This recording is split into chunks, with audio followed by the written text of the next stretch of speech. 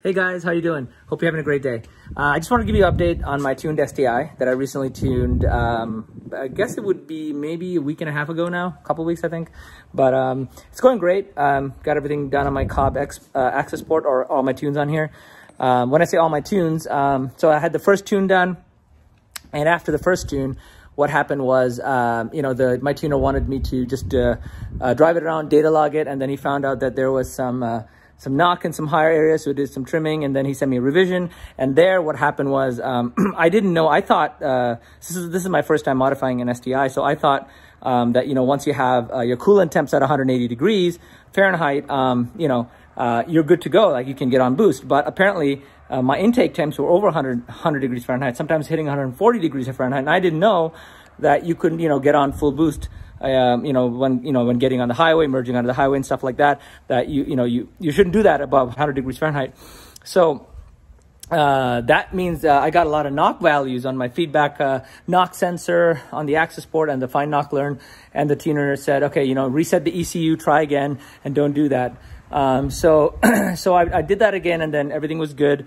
And then he gave me a final revised map, so it'll be my third map. Excuse me. And then he reduced some tip in on the throttle that was producing some knock values. So right now the car still pulls really hard.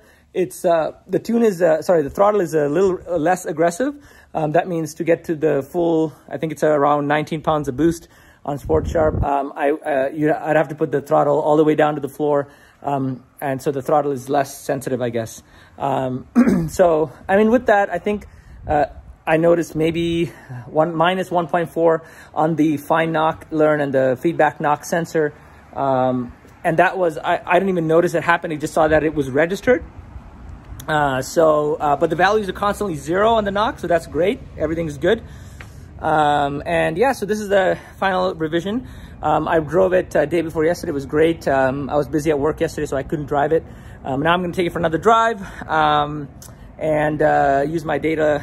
Not data log, watch the values on my access port again and see how it drives. And then after that, I'm going to stop using the access port for gauges, because I find that it's a lot of anxiety it provides, because cars knock here and there, I understand, right? So but I don't know if you're like me, if you look at and you see like a knock somewhere register, you're like, oh no. And then, I don't want to have that anxiety, because, knock happens. It's just, if it's constant, that's when it's an issue, right? As I understand. So thank God it's not anything constant. Everything's 0, a value at a constant. My dynamic advanced multiplier is at 1 always, which is great. So yeah, other than that, it's great. So I'm going to go for a drive, and then I'll put another quick video on how the drive felt. Then I'm going to stop using this, and then just drive it normally and keep the intake temp low. So here's the thing about keeping the intake temp low. One more quick thing. I think I'm going to get I want to get a gauge pod. Like I know this is mounted on the A-pillar, so I might have to find somewhere else to mount the access port whenever I do use it.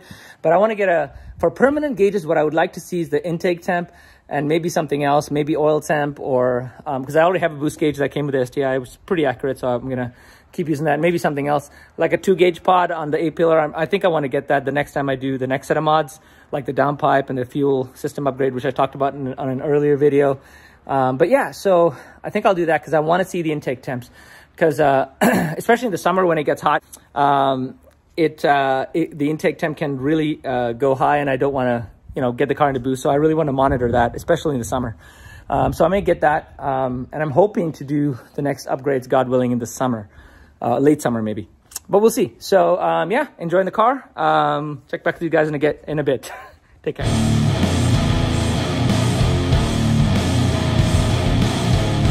Hey guys, so I took a quick drive, did some errands, and as you can see, it's raining out here today. So I've got my hoodie on. I got a free car wash, so thank you, Jesus, for the car wash. I hadn't had a chance to get it washed, but yeah, so now at least you can see the rims.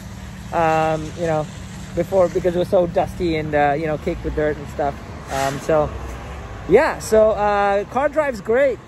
It's looking great. It's driving great. The knock values are sorry about that, there's a truck going by.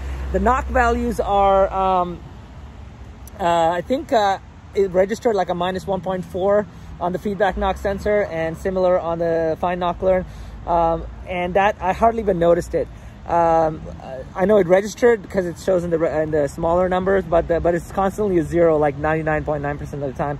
So the tune, the latest tune I got from my tuner is really good, and the car pulls hard, pulls strong.